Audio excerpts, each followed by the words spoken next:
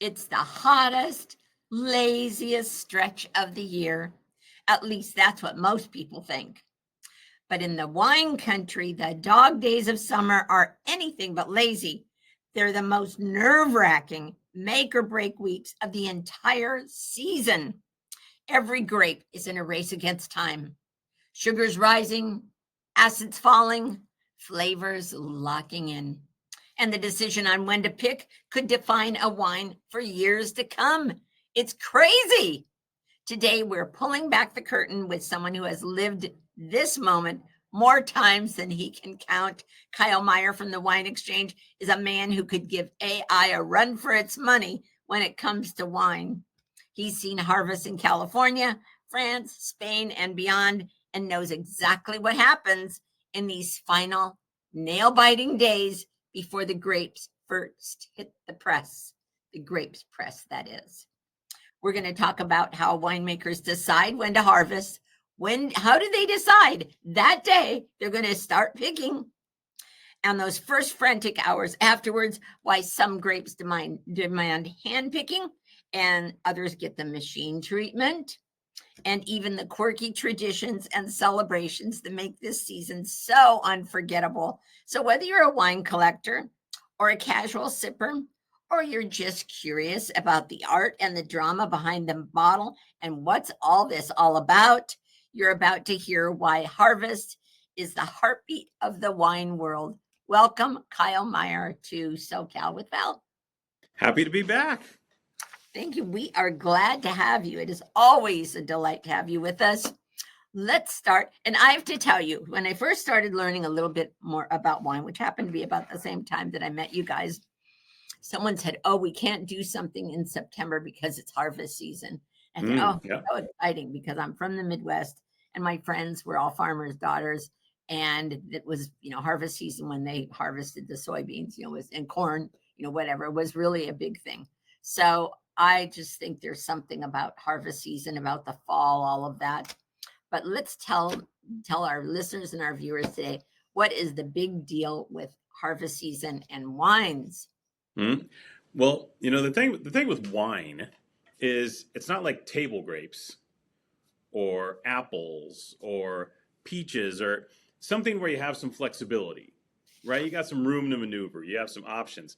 With wine, Mother Nature dictates all the terms of engagement, and you have one shot. And you have one shot at producing something not just edible, not just drinkable, but something at another level. The thing with fine wine is it's next level. So when you do the harvest, it's micro discussions, it's smaller questions, it's little nuances in the vineyard that determine, as opposed to, if you're picking table grapes out in Coachella and you got 2,700 tons per acre, and they're just looking to get stuff in a plastic box to send to Costco. This is different. It's so different. It's manicured. These vines are manicured. They're tweezered. Everything. The selection is super intense, and at the same time, Mother Nature's still in charge. Yes. Right. So you can sit there and do everything right, and in 20 minutes, boom, done. It can happen that fast. You get a freak hailstorm, third week of August, and this has happened to me, by the way. I've been at wineries when these hailstorms come through, and I've watched the winemaker just watch their crop disintegrate, just disappear in 20 minutes.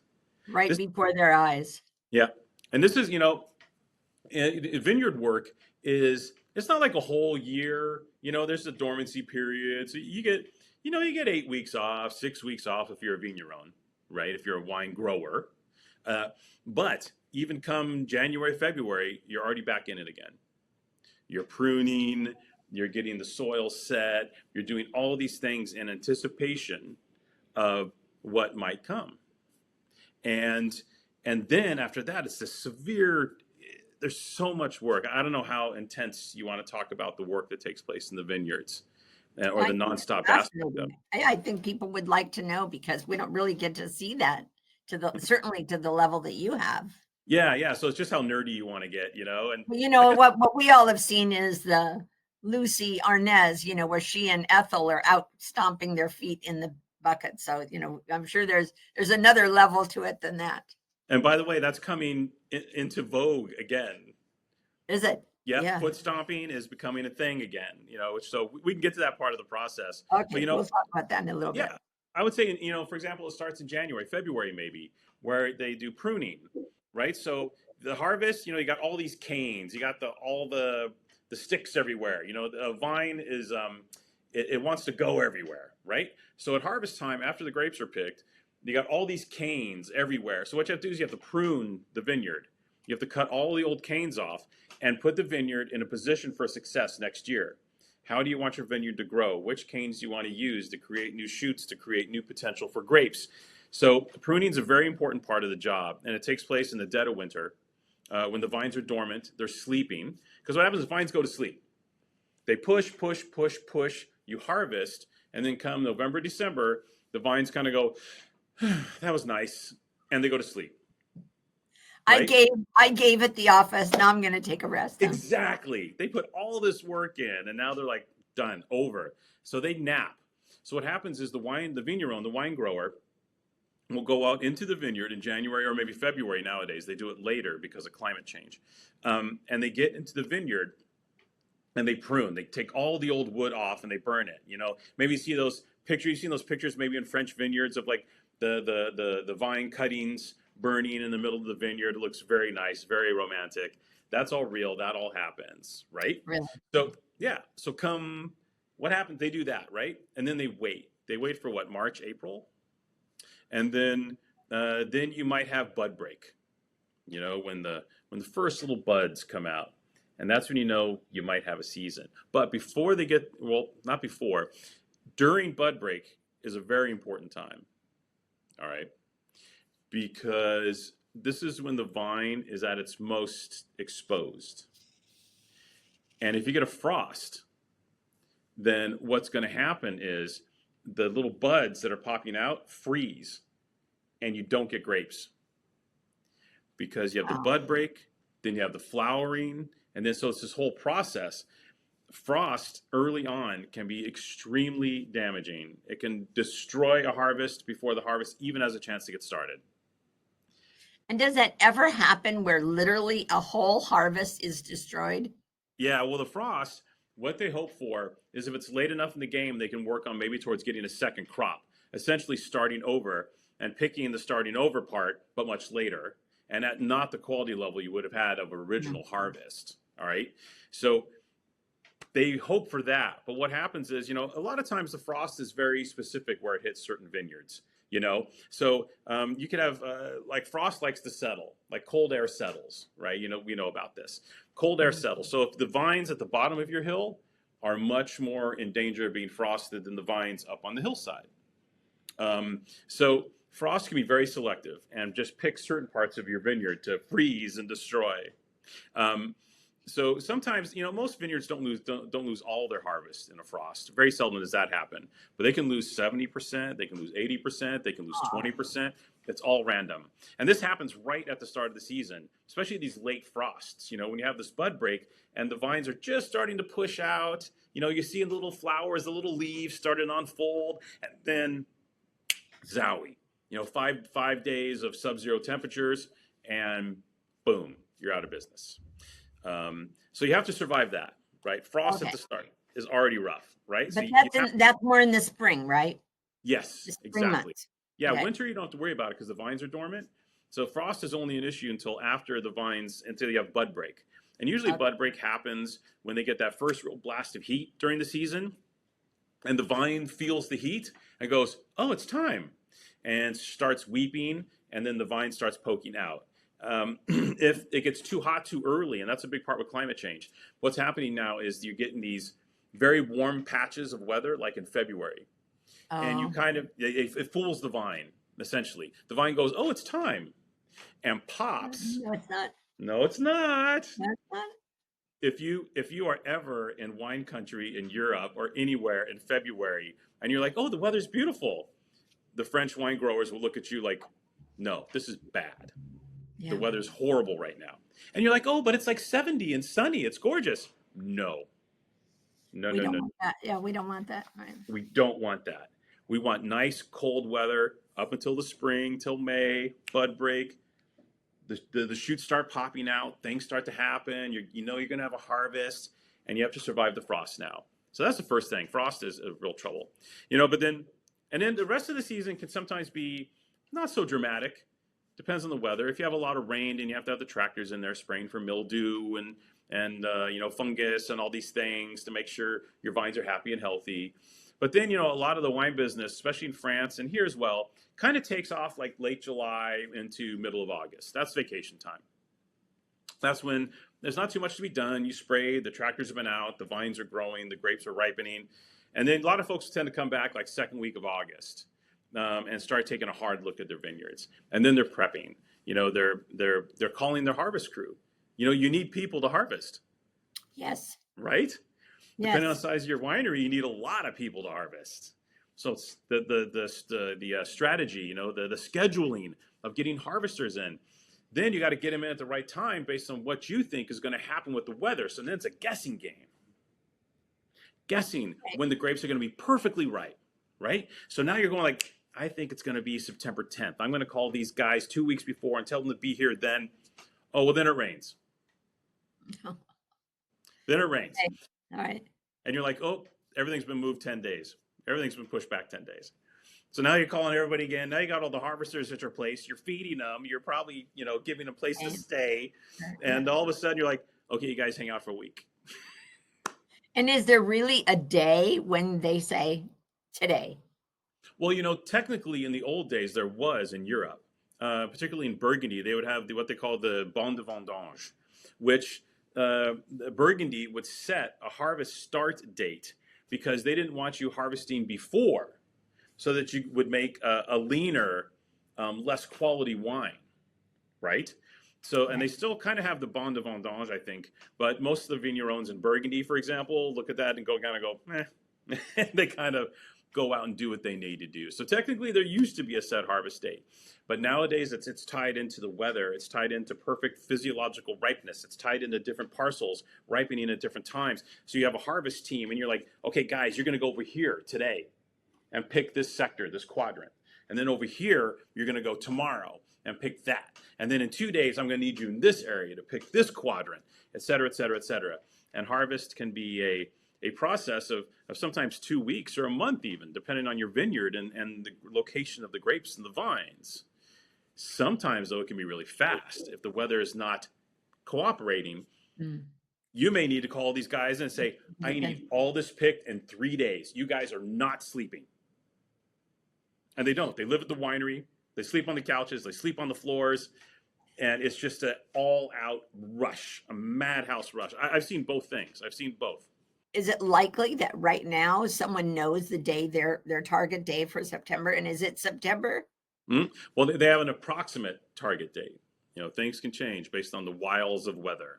But they have an idea because usually it's like it's 100 days, like from flowering, like the clock starts. But that's all random. That could be 90, it could be 80, it could be 110, 120. And the thing is, the really conscientious grape growers, they want to extend the harvest. They want to extend the growing season. They want these grapes to hang out as long as they can to develop more complexity, more flavor, more nuance. And if you have nice, cool, sunny days, cool nights, you can do that. The vine will just slowly, slowly, slowly push ripening, and it develops more flavor and complexity. They don't want to be rushed. They don't want to be in a situation where, like in 2022 in California, we had a huge heat dome event right at the start of September. And basically, half the people made the call, we need to get the fruit in now. And then half the people made the call, we're going to wait. Some people picked right at the start of the heat event. I think it was like 7 days of 115 plus in Napa. At that juncture in September, the grapes are like, come on. What are you doing to me? And these vines will give up the ghost. They'll lose acid, they'll lose flavor, they'll lose intensity, and your harvest will be ruined because of too much sun, as opposed to most people think a harvest is ruined because of rain, which that can ruin a harvest as well, right? But too much sun is as big a problem now, So who are the ones who made the right decision? The ones who called it early or late or waited? Um, Usually the ones who called it early kind of came out ahead. Because if you're a conscientious grape grower, and we haven't talked about yield yet, but in the vineyard, the amount of grapes you have per vine also makes a huge difference in the potential quality. If you hang too many clusters of grapes on a vine, the vine will take longer and struggle more to ripen those grapes fully, right? So you're extending your growing season by going to get more grapes and or limiting the quality of your wine if you pick at the same time as everybody else that's hanging less fruit on the vine. So that vine ripens that fruit faster, right? So the guys that keep a low yield in their vineyards, the heat dome was less of a problem for them because they were closer to harvesting what they considered their top quality fruit anyway. They might have picked a few days early and left a little bit out there qualitatively, right? The guys that hung more fruit and or waited, those vines baked for 7, 8 days. And a lot of times the quality of the fruit after was not pickable. You know what I mean? Like they ended up having to sell off fruit or bulking fruit or trying to make phone calls to sell something at $200 a ton instead of 5,000. You know, Yeah. this sort of deal. So yeah, and generally the guys that picked early were the ones that came out ahead. But sometimes they guess wrong.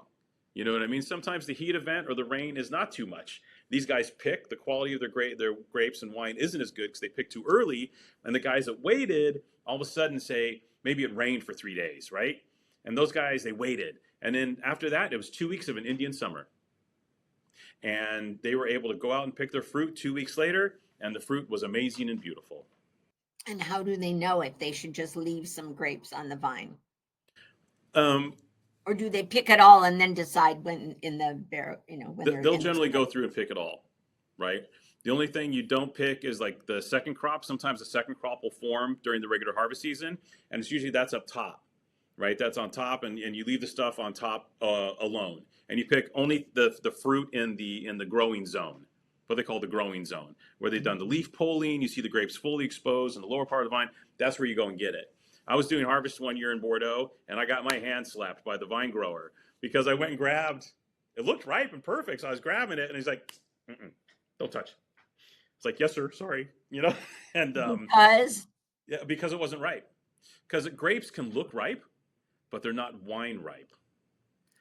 They're not fully ripe. They'll be red and look beautiful, and I snapped them off. And I was going to put it in the bin, and the guy looked at me like, "Nepa," and and I learned just the fruit in the growing zone is what you want. But when they do pick that fruit, they pick all of it because the top guys have already been through and done what they call a green harvest.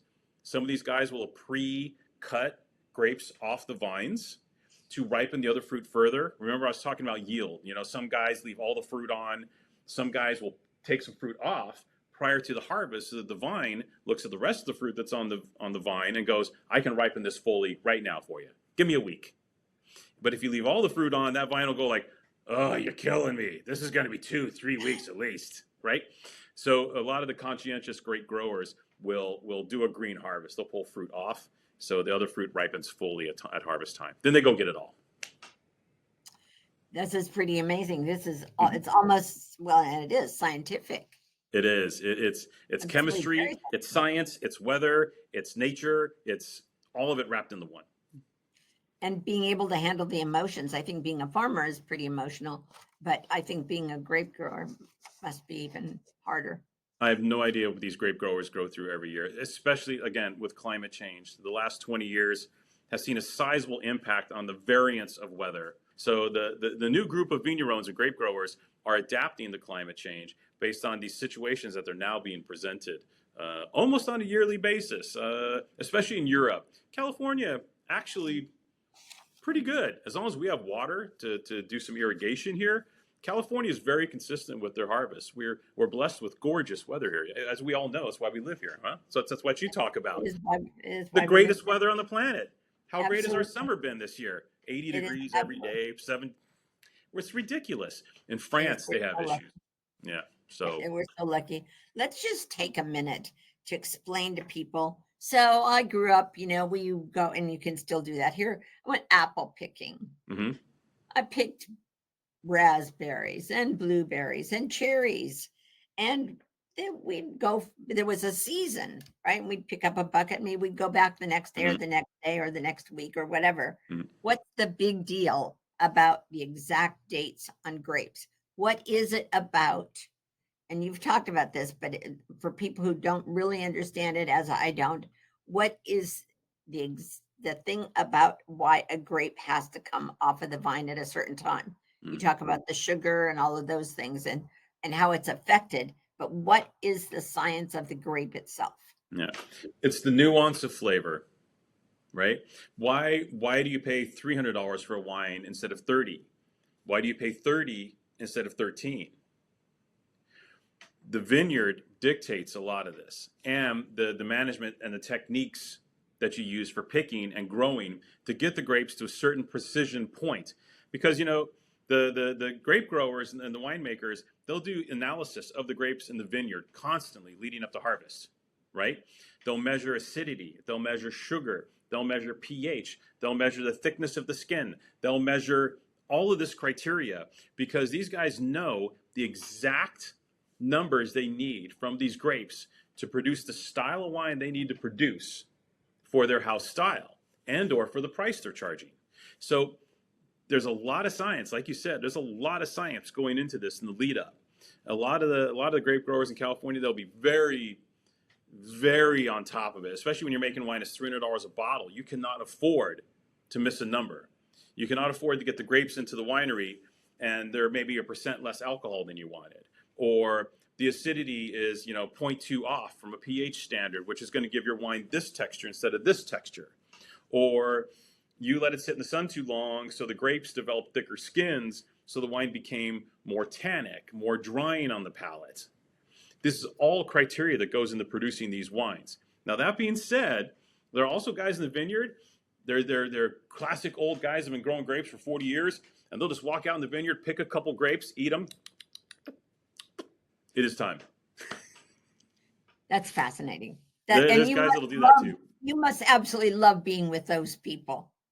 Oh It yeah, just those must be guys. like, look at this guy, how smart he is, how good he is at this. I've been with both, man. I've been in the vineyards with the young winemaker with it's called a refractometer that measures sugar, and they're like Yeah, swishing here. They got a Ziploc bag, right? And they take grapes from here, grapes from here, grapes from here, grapes. So they got 10 different parcels, and they're squishing them and dipping the refractometer and I've been with those guys, and they make great wine. I've also been with the guys that are like, let's go. That's fascinating. it. Fascinating. So to answer my question, and when you say if the skin is thicker and so forth, there literally is a measuring tool, Yeah, well, a lot of it's just eating it. and you just know. Yeah, and you spit. Yeah, the skins are really tannic, and you can feel it. So let's go back. So we know about harvest. So we know kind of work and decisions that have been made already happened in the vineyard is they do their tooling and their trimming and all of those things. And you talk about timing and the science of timing, but and also that there's an art to it, right? Definitely Mhm. an art. Do you is it different? I have to ask, is it different based on the grape? Yes. Yeah. Different grapes need different love and care in the vineyard, right? You have to, in the end, you're looking for full, beautiful ripeness. You're looking for balance, precision. You're looking for richness of fruit, and all that the fruit will tell you. But each fruit is handled differently. I'll give you one example. Like Okay. Sauvignon Blanc, right? Our wine of the summer, Sauvignon Yep. Blanc. It's the grape variety in Sancerre, which is the hottest white wine out there right now. It's on every table at lunch. Sauvignon Blanc is very interesting because when you make it in the vineyard, that's one of those ones that when you talked about, oh, do you pick it all at the same time? Sauvignon Blanc is one of those grape varieties that you maybe not pick all at the same time because they'll do a striated pick. They'll pick early on in the harvest so it has acidity. They'll pick more grapes in the middle, which to them are the meat and potatoes of that Sauvignon Blanc cuvee. That's the core, the heart. Then they'll pick some fruit late if they want to give the wine more richness, because those grapes are richer. They're higher in sugar, they're lower in acid, and they'll broaden. They'll give the wine a little broader shoulders. So in the vineyard, you can do that. you have the ability to pick some stuff early, pick some stuff late, and blend it out. A lot of vineyards, you pick it all at the same time. It's go time. It's all Cabernet. It's all going into your Cabernet. Don't get funny with it. But there are some varieties like Sauvignon Blanc where you pick in stages, because that's going to build the complexity. Because maybe picking all the Sauvignon Blanc at once will make a less complex wine than having these grapes picked at different times, which can impart a different character to the finished wine. And we talked in the introduction a little bit about how some grapes need to be hand picked and Mhm. some grapes can handle Mm. the mechanical process. How do you know, and what are those differences? That's a great question, because I spent a lot of time in Australia, and in Australia, they love mechanical harvesting. The Aussies have been mechanical harvesting some really, really top-notch grapes for decades. And they say if mechanical harvesting done properly does not damage the fruit. Because I've had I don't know if I call it the pleasure, maybe a late night drunken run on a machine harvester, and it is one of the loudest, most violent things I've ever been on in my life. Really? It shakes the vines. It's ferocious shaking, violent, violent, violent, and all the grapes just pop right off. It's the craziest thing. And I look at that, and I'm like, how can that be good for the vine? Part of me is like, but the vine's like, whatever, doesn't care. And You how know, can it be good for the grape? It seems like if you right? shake it off, it's going to damage it somehow. You'd think that, but according to a lot of the Australian vintners, they're like, no, it doesn't damage the fruit. It is absolutely perfect and allows us to pick faster in those tight windows. So they say it gives us the luxury of going out and facilitating harvest at the absolute proper time. We don't have to wait for the pickers, they're still, here, and it's going to be 3 days before they show up. Mm. Or they don't have to wait for the picking crew to finish somewhere else and then come to their vineyard. It gives them the opportunity to pick their fruit at the pinpoint time that they want to, right? Now, some vineyards you can't use machine harvesters. For example, I don't know if you've seen those pictures with the old vines. It looks like a vase. Like the old head train, like a goblet. Uh-huh. Those old vines, where they're like their own individual trees, cannot be machine harvested. Those vines always have to be handpicked. So even if you're making $5 wine, you still need hand harvesters in there picking the fruit from those head trained goblet style vines. A lot of the trellising stuff can be machine harvested, but most high quality operations tend to want to hand pick, because they can be more selective in the vineyard before the grapes get to, say, the sorting table in the winery, and then they have to be sorted again. Because a lot of these grapes are sorted 2 or 3 times during the process to get the optimal fruit. Because there's stinker clusters, there's stinker grapes, the clusters aren't fully ripened, and this multi-tier process gets the right fruit to the right place at the right time. So some people dig machine harvesting again. Most of the quality people in California will hand pick.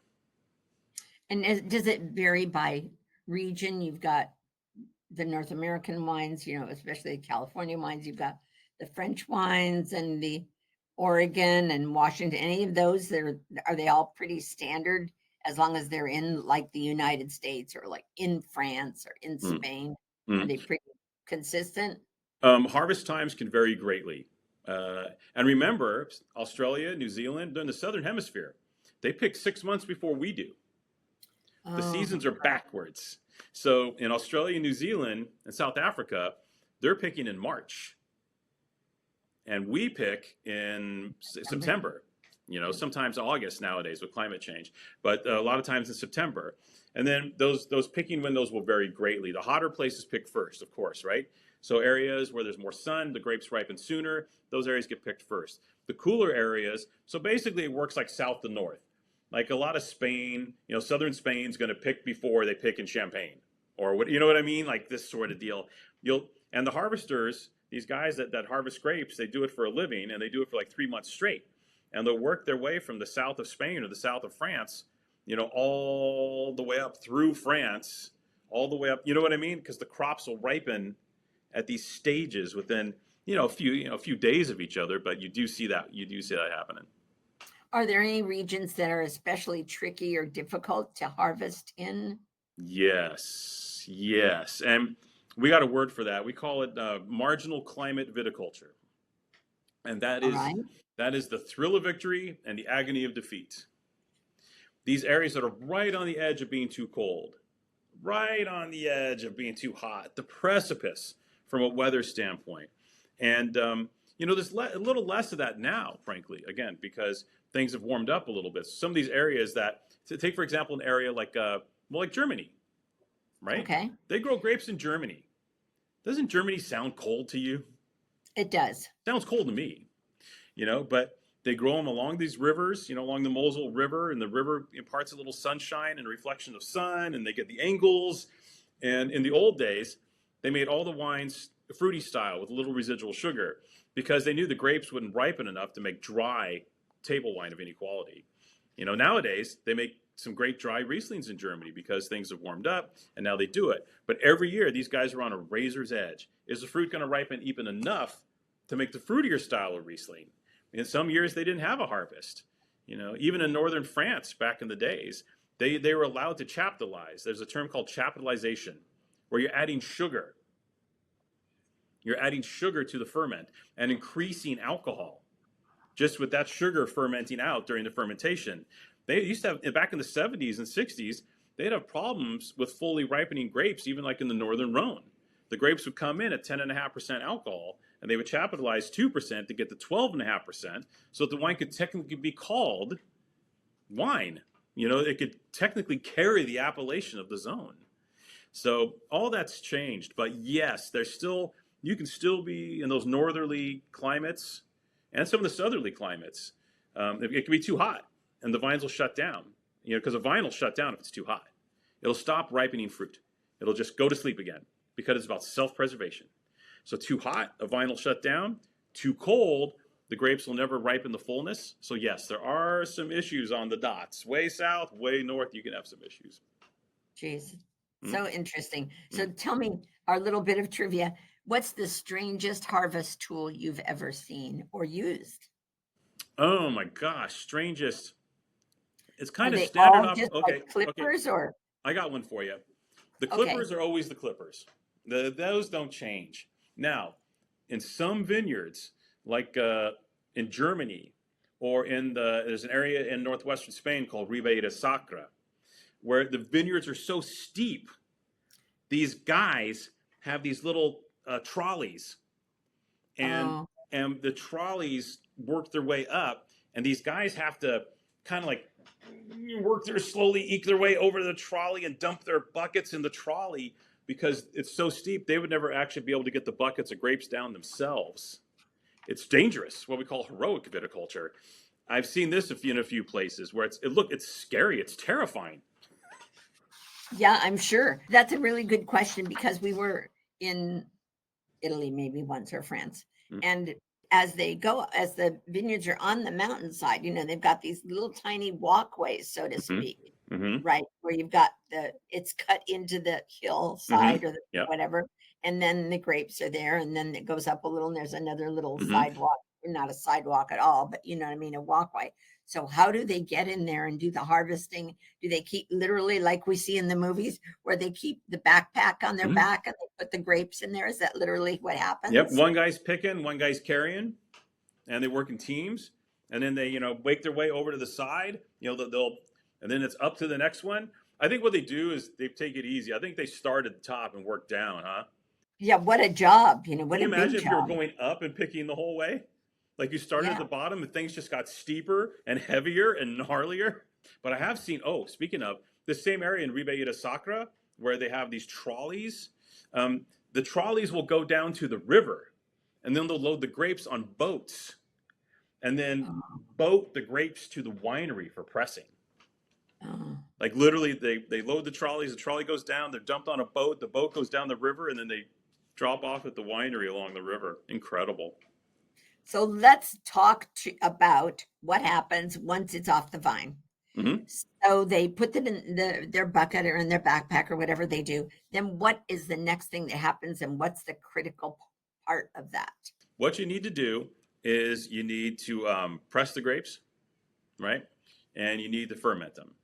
And there's multiple types of pressing, multiple types of fermentation. There's pre-fermentation maceration. Where if you're making red wine, what they'll do is they'll put the grapes in big tanks or big vats or a big open top vat like outside. So all the fruit will go into this big open top vat outside, and that's the point in time where they jump in and they start squishing with their feet, huh? Like that's the I Love Lucy part of it. The grapes come into the winery and they'll put them in vats and maybe sulfur, maybe yes or no, add a little sulfur in there for preservation, and then they'll start squishing, right? And And they then literally, do they pull them off of the stems, or they just put the whole thing in there? yes and no. That's up to the winemaker to determine. Some vineyards, some winemakers will destem their grapes, which what they'll do. The easy way to do it, okay, Stem the is the right easy, word. the classic easy techie way to do it is the grapes come in, they go down a little conveyor belt, and they go into what they call a crusher destemmer. And the crusher destemmer does both things. It crushes the fruit and destems it all. And from there, all they have to do is open the gate, put it into the vat, and it'll begin the fermentation process because it's already crushed and destemmed. And then it's about how long do you keep the juice on the skins, right? Because think of wine. It's like a tea. Think Okay. you have a tea bag and you're steeping, Right. right?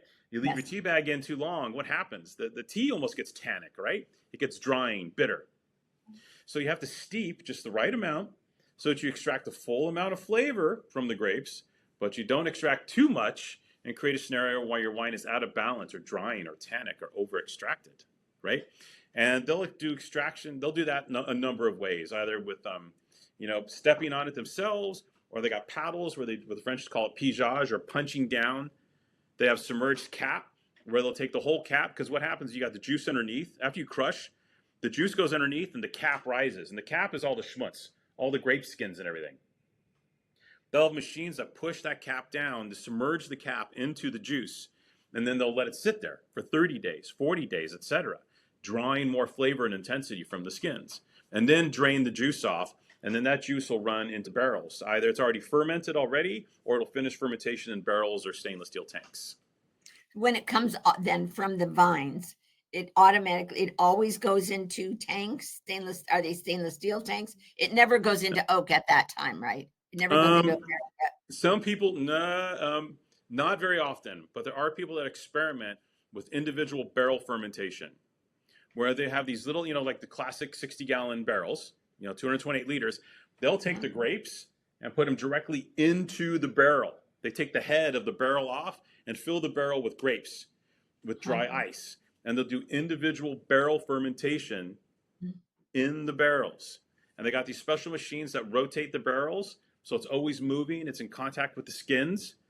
And then they'll, then after the fermentation is done, or almost done, they'll take that individual barrel, dump it into a tank, and then press it out, and then re-put the juice back into barrels again. Crazy. Very labor intensive. It's for a lot of expensive wines do it. And all of this seems a little cruel. You spend all this time and energy and emotion creating this little grape, this little piece of this little jewel, and then you put it into a tank and you just beat it up.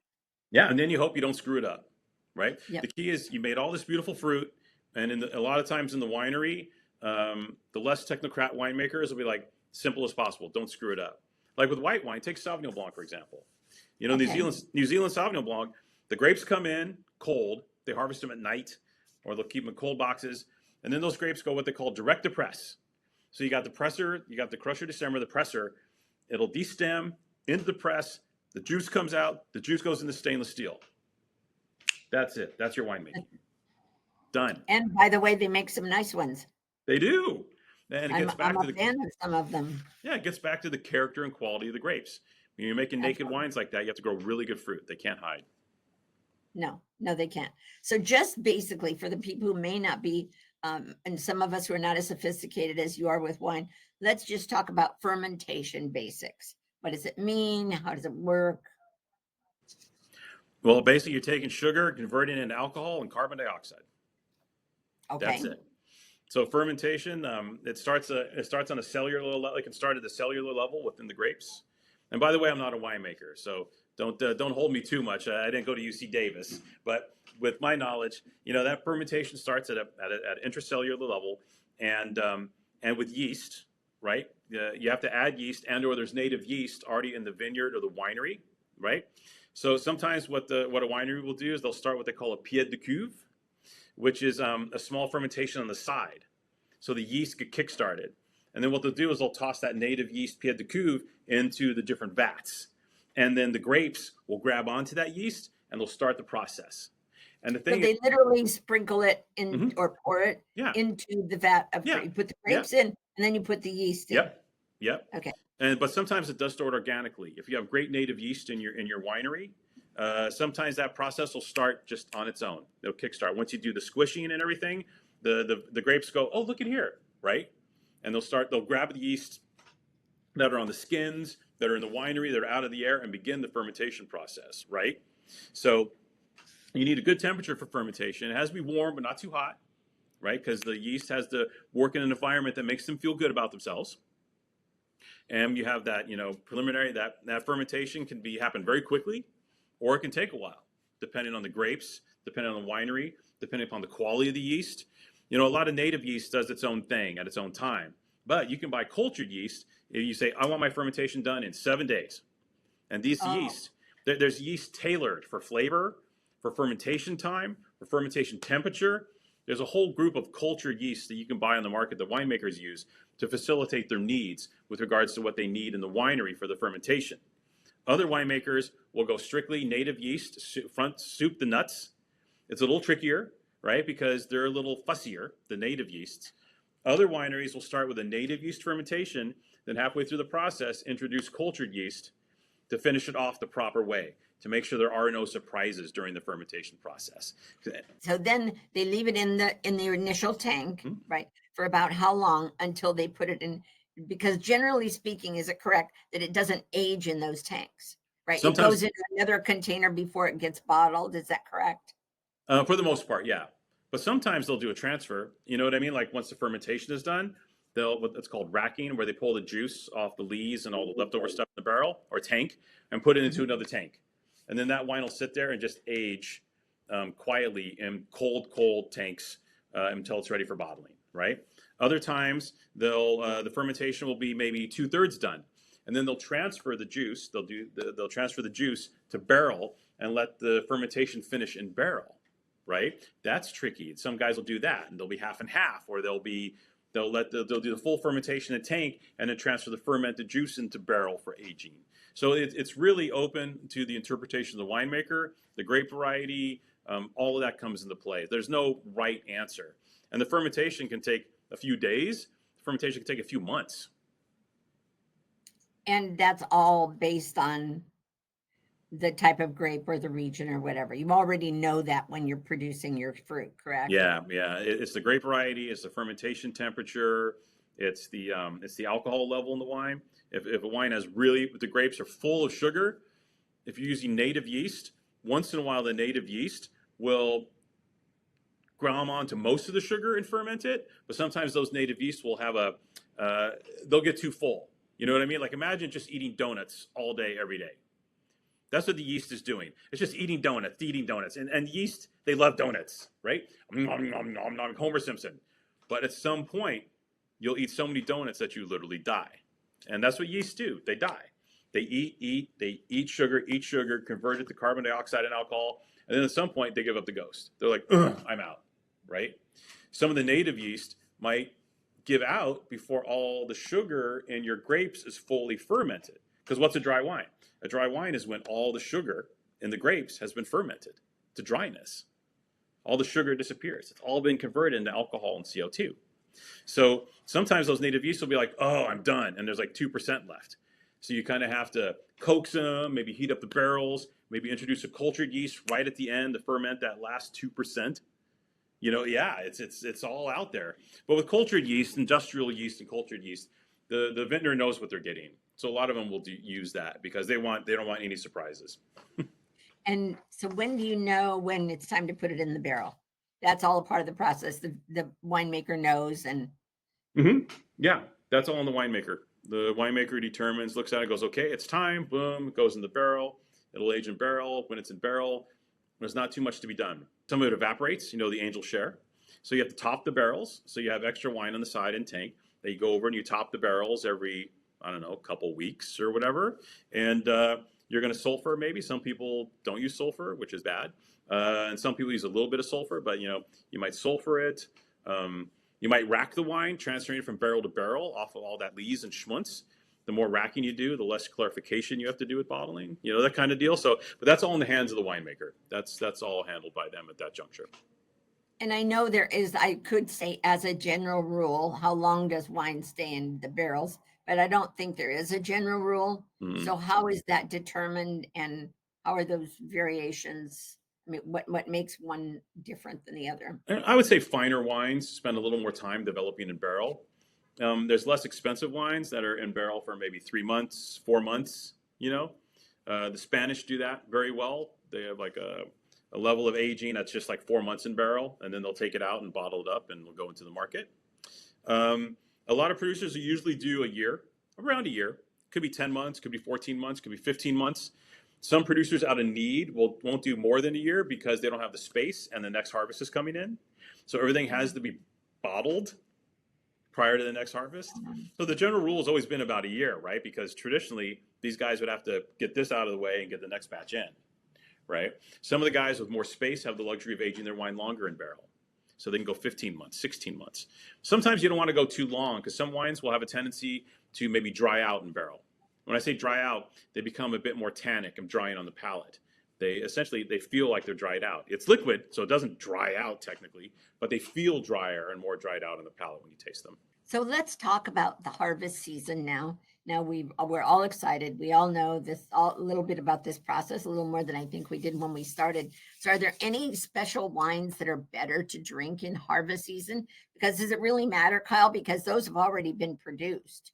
Right, So right. why would you drink one or the other during harvest season? That seems a little curious. I mean, there is the Nouveau tradition, right? In the 70s and the 80s into the 90s, Beaujolais Nouveau was a big deal. George DeBoeuf created the Beaujolais Nouveau, the first new wine of the season, released the third Thursday of November every year. And that trend's kind of fallen by the wayside. But some people will make very young wines, that will hit the market before the end of the year. It's actually really tricky. You got to harvest the fruit. You have to ferment it. It has to be ready, stable, clean, ready to go, and in stores, literally, within 60 days of picking. And that can be tricky. That's fast. That's not easy. A lot of things have to go the right way. That wine is kind of manipulated and steered. So getting quality wine in that process is usually not going to happen.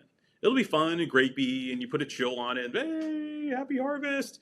But if you're drinking anything of quality, you're not going to see that wine until at the earliest spring of the following season. So it seems in listening to you then that wine really, when you think of wine aging, really, is it correct then that the aging and how the wine gets better with time, so to speak, is when it's in the bottle? Mostly in the bottle. It does improve in barrel, right? So the winemaker has to sit there and taste it all the time and figure out, all right, it's go time. This feels right. So maybe it's 12 months in barrel, maybe it's 14 months in barrel, maybe it's up to the winemaker to determine that and figure that out. Some wines might need more time, some wines might need less, based on how they're showing and how they're manifesting in barrel. And I think some wines will get to a happy place in barrel where the winemaker will taste them and go, yes.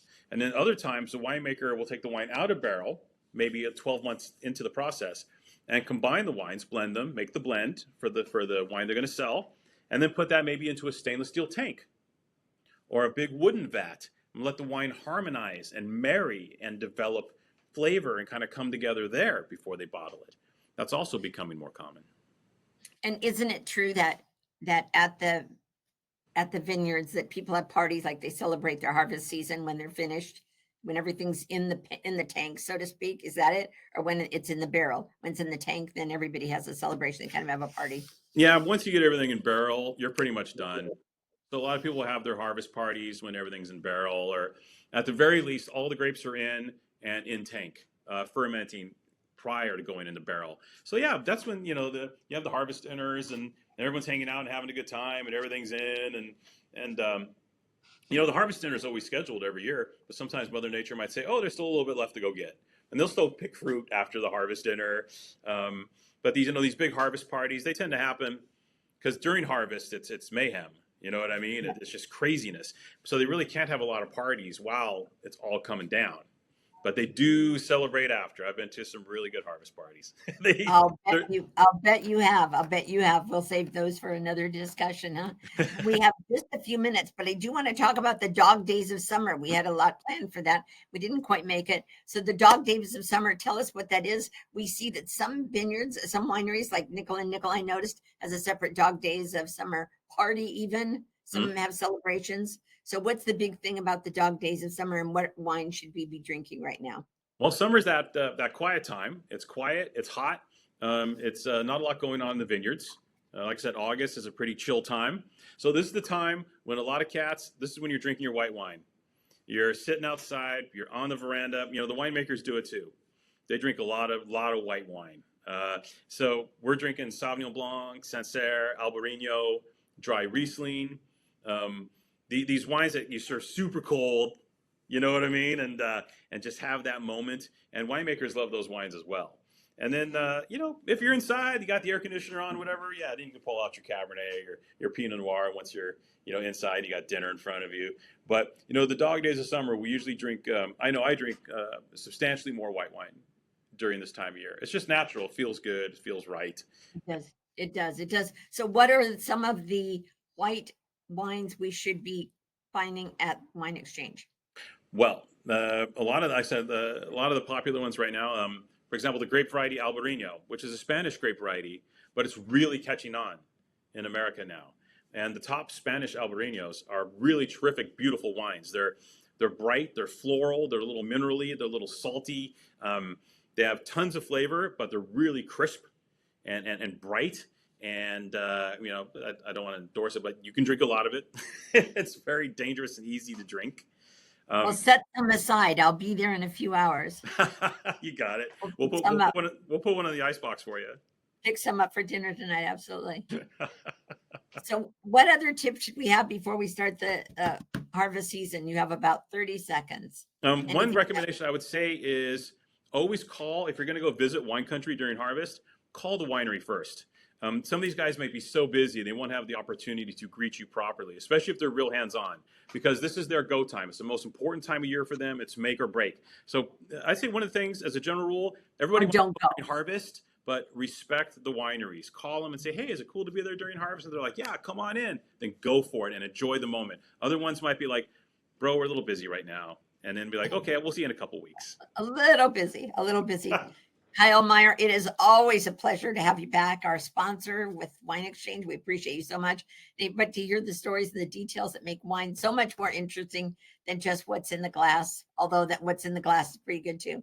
And to our listeners, I hope you've enjoyed this peek into the harvest season of wines and dog days of summer. So many of us don't really know what happens during harvest season. We kind of have an idea, but not nearly to what Kyle shares with us. So we'll be back next week for another great guest and another reason to fall in love with SoCal all over again.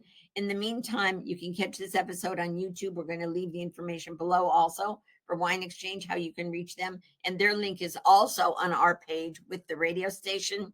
With our wine lovers, be sure to visit Wine Exchange for online specials. Every day they have online specials. And Kyle will be there and he'll say, and you really should have this. And so I always say, okay, we will. And I've done that too many times. And thank you so much to our listeners, our viewers, for spending part of your time with us, as also with Kyle. Until next time, savor every moment, savor a little bit of wine, one sip at a time. And please tell us who you are, who you would like to have featured on our show also. We will see you next Friday at 4:00. Thank you for joining us at SoCal with Val. And thank you, Kyle. Thanks.